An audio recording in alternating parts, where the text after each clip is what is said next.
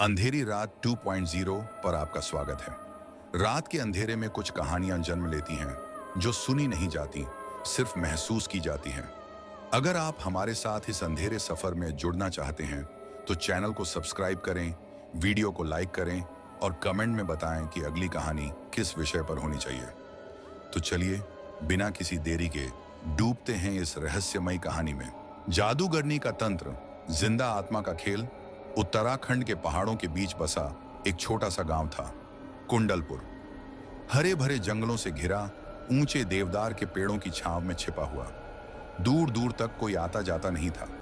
गांव के लोग भोले थे, पर उनके चेहरों पर हमेशा एक अजीब सा डर छाया रहता था, जैसे किसी अनदेखी शक्ति की परछाई उनके सिर पर हो। सालों पहले इसी गांव में माया नाम की एक औरत रहती थी। लोग उसे जादूगरनी कहते थे। कहते हैं कि वह तंत्र मंत्र में इतनी पारंगत थी कि वह मरे हुए लोगों से बात कर सकती थी, आत्माओं को अपने वश में कर सकती थी। गांव के बुजुर्गों की माने तो माया ने मृत्यु को भी धोखा देने की विद्या सीखी थी। वह न दिन में दिखती थी, न रात में सुनाई देती थी।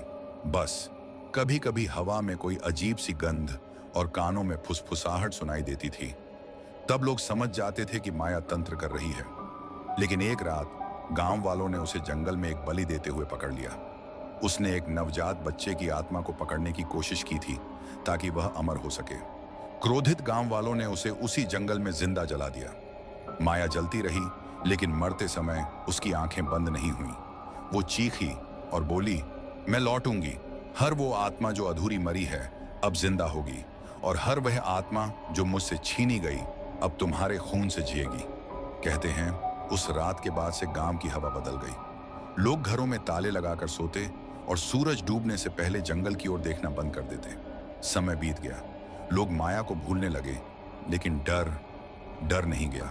साल 2023 में दिल्ली का एक यूट्यूबर और डॉक्यूमेंट्री फिल्म मेकर राघव अपनी टीम के साथ भारत के प्राचीन और रहस्यमयी स्थानों पर रिसर्च कर रहा था। वह ऐसे किस्से ढूंढता था जिन्हें आज के लोग मिथक समझते हैं, लेकिन जिनमें कभी सच्चाई छिपी होती थी।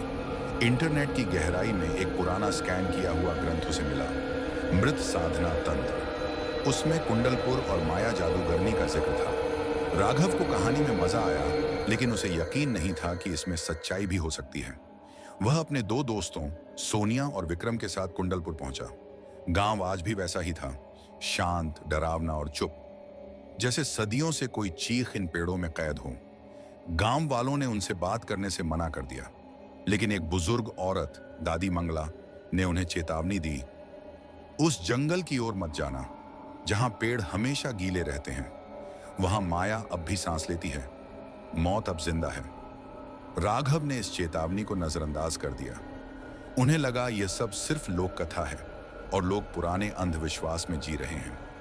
अगली सुबह तीनों लोग जंगल की ओर निकल पड़े, कैमरा, ड्रोन और तंबू के साथ। जंगल की हवा में ठंडक थी, लेकिन अजीब बात यह थी कि वहां धूप होते हुए भी पेड़ों के नीचे अंधेरा बना रहता था।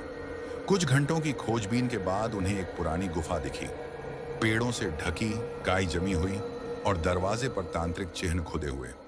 जैसे ही वो गुफा के अंदर घुसे, हवा का दबाव बदल गया।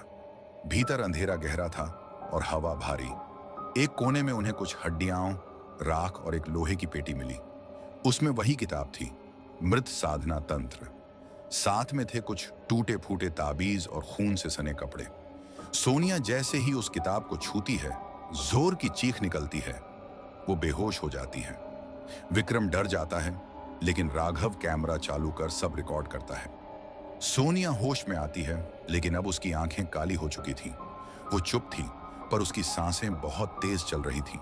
रात में वो अकेले जंगल की ओर चली जाती है और वहां जाकर मंत्र बड़बड़ाती है, एकदम उसी भाषा में जो किताब में थी। धीरे धीरे गांव में घटनाएं होने लगती हैं। रात में घरों के दरवाजे अपने आप खुलने लगते हैं, पेड़ों से लटकती परछाइयां दिखाई देती हैं और श्मशान से धुआं निकलने लगता है। राघव को समझ में आता है कि सोनिया अब सोनिया नहीं रही, उसमें माया की आत्मा आ चुकी है और माया अब अपने अधूरे काम पूरे कर रही है। गांव में रहने वाले कुछ लोग अचानक गायब हो जाते हैं और कुछ को उनके घरों में मरा हुआ पाया जाता है, आंखें खुली हुई, चेहरा डर से जकड़ा हुआ और कानों में राख भरी हुई।